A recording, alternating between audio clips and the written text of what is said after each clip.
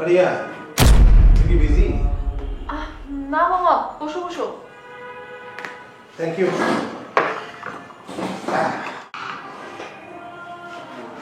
কাজকাম কেমন চলছে? এই তো আস্তে ধীরে চলছে, স্লোলি এগোচ্ছি মামা, বেশি তাড়াহুড়ো করছি না, ফার্স্টে তো। গুড। আচ্ছা, তোর সঙ্গে ইবাদতের কথা হয়েছিল? হ্যাঁ মামা, একবার কথা বলেছি। বেসিক্যালি আমার লোকটাকে না কোনোভাবেই ট্রাস্টেবল মনে হচ্ছে না। আমি পাপার সাথে ওর ব্যাপারে কথা বলবো। সে কি? আরে ইবাদত কিন্তু আমাদের অনেক পুরনো লোক। এর আগে ও আমাদের অনেকগুলো প্রজেক্টের ডিল কিন্তু করেছে। এটা কোনো কথা মামা? অনেকগুলো প্রজেক্টে ডিল করেছে, তার মানে যে প্রত্যেকটা প্রজেক্টে তাকে রাখতে হবে এরকম তো কোনো কথা নেই। না ঠিক আছে, তুই যদি এভাবে পুরনো লোকদেরকে বাদ দিতে থাকিস তাহলে। না মামা, তুমি ভুল বুঝছো। আমি আসলে কাউকে বাদ দিচ্ছি না, বেসিক্যালি আমি নতুন করে একটা টিম রেডি করছি আর সেখানে নতুন সোর্স ইউজ করব, দ্যাটস ইট। দেখ, ইবাদত কিন্তু আমাদের এই প্রজেক্টের মেইন চালিকা শক্তি ছিল। মামা, অর্ক ছেলেটাকে আমি তৈরি করছি, আশা করছি এই প্রজেক্টে ইবাদতের থেকে সে ভালো কিছু করবে। অর্ক? আচ্ছা তুই কি পাগল? কোথায় ইবাদত আর কোথায় অর্ক? এক্স্যাক্টলি, দুজনের মধ্যে ভীষণ পার্থক্য রয়েছে। ইবাদত ছেলেটা না ভীষণ চালাক, প্রচন্ড চালাক, আর আমি চাই না আমাদের প্রজেক্টে বেশি চালাক কোনো মানুষ থাকুক। দেখ ফারিয়া, তুই এই প্রজেক্টটায় হাত দেওয়ার আগে কিন্তু এই প্রজেক্টটা আমারই ছিল। তুই এসেই সব এলোমেলো করে দিলি। এলোমেলো কোথায় করলাম মামা? আরে শুরুই হলো না প্রজেক্ট আর তুমি বলছো এলোমেলো করে দিলাম।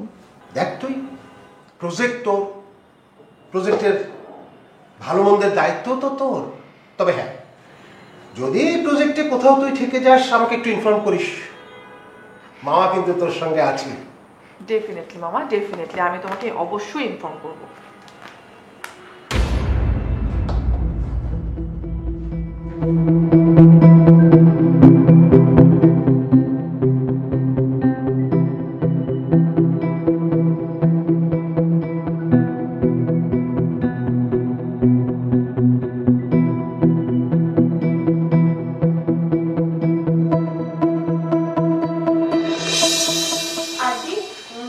কেমন আছো তুমি?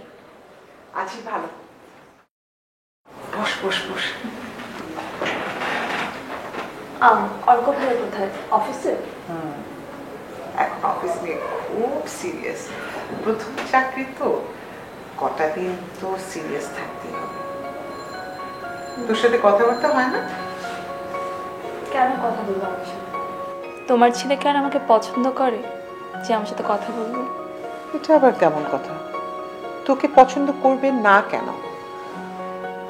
আমি জানি পছন্দ করে না। বোকার মতো কথা বলি। তার মানে হচ্ছে তুই আমার ছেলেটাকে চিনিস না? চিনি, খুব ভালো করে চিনি, আর চেনার দরকার নেই।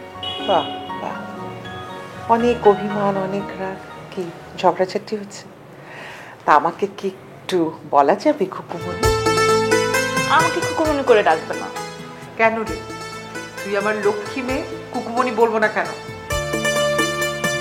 তোমাকে একটু কথা বলি। বল।